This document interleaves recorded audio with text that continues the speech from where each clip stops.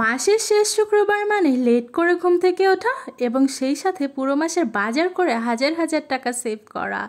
Hello everyone, আসসালামু আলাইকুম। এশাস বান্নির brand new ভিডিওতে আপনাদের সকলকে স্বাগত জানাচ্ছি।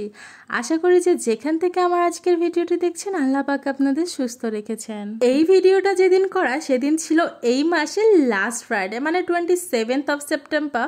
আর আমি আর আপনার ভাইয়া মিলে ট্রাই করি প্রতি মাসের লাস্ট উইকেন্ডে মিনিমাম কিছু দিনের বাজারটা যেন করে রাখা যায়, মানে আগামী 15 দিন যেন চলা যায়। কারণ 1 তারিখ থেকেই কিন্তু শুরু হয়ে যায় সব কিছুর দাম আবার একটু বাড়িয়ে দেয়া।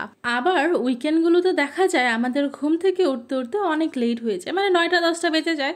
তো সেই দিনও তার ব্যতিক্রম ছিল না। উঠে আমরা প্রথমে হোটেলে গিয়ে নাস্তা করে নিয়েছিলাম, তারপরে চলে গিয়েছিলাম সোজা মাছের বাজারে।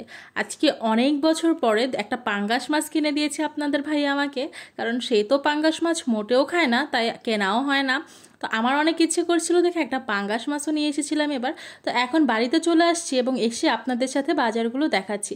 কিছু মুদি বাজারও করে নিয়েছিলাম, যেগুলো আমি মার্কেটে কখনো ভিডিও করতে পারিনি, তাই আমি আপনাদের সাথে একটু দেখাচ্ছিলাম কি কি নিয়ে এসেছি। এখানে নানান ধরনের ডাল ছিল, 4-5 পদের ডাল ছিল, কিছু সাগুদানাও নিয়ে এসেছিলাম, আর অনেক কিছুই নেওয়া হয়েছে। আসলে এত কিছু আমি বলেও শেষ করতে পারবো না। আর আমি চেষ্টা করি প্রত্যেক মাসেই ডাল নতুনভাবে কিনতে, এর জন্য একবারে না অনেকগুলো করে কিনি না। এতে করে দেখা যায় পরে পোকামাকড় হয়ে যায়। যতটুকু আমাদের দুজন মানুষের একটা মাসে লাগে ততটুকুই কিনে নেই। আর আমি মানে এখানে জাস্ট 15 দিনের গ্রোসারি শপ ছিল। ডালগুলো হয়তো 1 মাস চলে যাবে, বাট বাকি যেগুলো নিয়েছিলাম আটা বা বাকি যে সব জিনিসগুলো সেগুলো হয়তো বা 15 দিন চলে যাবে। মাছও নিয়েছিলাম 15 দিনের জন্য। আর এইদিকে ডাল ঢালতে গিয়ে যে আমি কতগুলো ডাল ফেলেই দিয়েছি, মানে কাজ করতে গেলে যা হয় আর কি, আকামটাই বেশি করি বোধ হয়। যাই হোক, এগুলো সবগুলোকে আমি ডালগুলোকে ঢেলে নিয়েছি। এখন আপনাদের দেখাই মাছ কি নিয়ে এসেছি। এখানে তেমন একটা মাছ পাওয়া যায় না, যে বাজার থেকে বাজারটা করেছি, মানে এখান থেকে যে বড় বাজারটা সেটা মোটামুটি একটু দূরে, মানে 2-3 কিলো দূরে। এর জন্য সেখান থেকে কখনোই বাজার করা হয় না।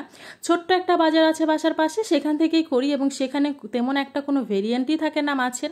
তো যা থাকে সেখান থেকে কিছু কিছু নিয়ে এসেছি। আর সাথে জাস্ট একটা মুরগি নিয়ে এসেছি। গত মাসে একসাথে অনেকগুলো মুরগি কিনে ফেলেছিলাম, পরে লাস্টের দিকে খেতে আর ভালো লাগেনি। তো এইখানে আমি কিছু মাছ নিয়ে এসেছি, এই বাজারে যেগুলি অ্যাভেলেবেল ছিল সেগুলি। এবং আপনার ভাইকে বলেছি কিছুদিন পরে বড় বাজার থেকে গিয়ে যেন ভালো ভালো কিছু মাছ দেখে নিয়ে আসে। আর ছোট মাছ তেমন একটা কেনা হয় না, কারণ আমি মাছ কাটতে পারি না। যেগুলোই আনা হয় সেগুলো একদম কেটেই নিয়ে আসা হয়। আমি জাস্ট পরিষ্কার করি, তাতেই আমার জান বের হয়ে যায়। তো যাই হোক, এই ছিল আমার এই মাসের টুকিটাকি কিছু বাজার সদাই, যেগুলো আপনাদের সাথে শেয়ার করলাম।